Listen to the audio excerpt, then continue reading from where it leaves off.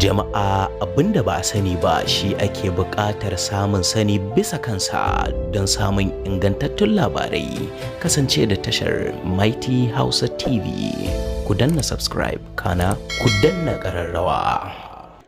Amarya ta yanke jiki yayin da ango ya fasa aurenta ranar ɗaura aure. Bidiyon ya taɓa zuciyar mutane. Jama'a barkamu da haka, barkamu da sake saduwa da ku a wannan tasha Mighty Hausa TV. Sai a gyara zama domin jin cikakkun labaran.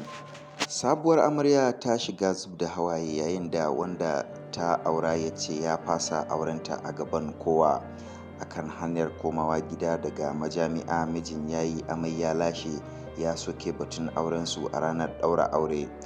Duk da ƙoƙarin amarya da sauran waɗanda abun ya faru a gabansu na shawo kan saurayin sam yaƙi sauraron su. Wani ɗan Najeriya da ke shirin angoncewa ya bar mutane baki buɗe bayan ya canza shawara ya fasa auren kyakkyawar amaryarsa a ranar ɗaura aure. A wani bidiyo da aka wallafa a social media an jiyo muryar angon na faɗin ya fasa wannan auren, ya bayyana cewa zai koma gida da ita ba zai koma gida da ita ba.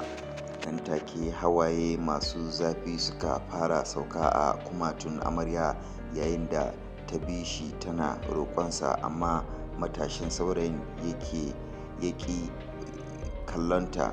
Haka zalika ta yi kamar ta yi hauka ta faɗi tana kuka. Mutanen da abin ya faru a gabansu sun yi iya bakin ƙoƙarinsu na lallaɓar angon domin ya canza shawara masoyin nata, amma duk a banza saboda saurayin ya ɗau zafi kan matakin da ya ɗauka. Haka zalika ya ƙi faɗin laifin da aka masa, ya jawo ya yanke wannan tsatsauran mataki mai zafi haka. Masu tofa albarkacin bakinsu ga wani Patrick Solomon ya ce, don Allah kar ku kunyata bakinku da suka zo daga kusa da kuma nesa, ku ba su abinci da kayan sha. Duk da abin da ya faru, idan kuka je gida sai ku yanke hukunci.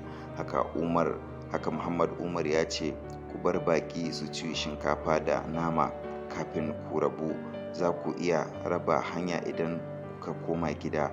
Haba me ke faruwa ne? To jama'a duka anan muka kawo ƙarshen wannan labarai namu na wannan tasha Mighty Hausa TV. Ku kasance da wannan tasha domin kawo muku nagartattun labarai masu nishaɗi da masu faɗakarwa kuma. Kada ku manta duk sanda kuka saurari wannan tasha tamu ku yi mana subscribing, abin da muke bukata kenan. Sannan kada a gaji a danna mana alamun ƙararrawa. Mun gode, a huta lafiya. To jama'a duka anan muka kawo ƙarshen wannan labarai namu na wannan tasha Mighty Hausa TV. Ku kasance da wannan tasha domin kawo muku nagartattun labarai masu nishaɗi da masu faɗakarwa kuma. Kada ku manta duk sanda kuka saurari wannan tasha tamu ku yi mana subscribing, abin da muke bukata kenan.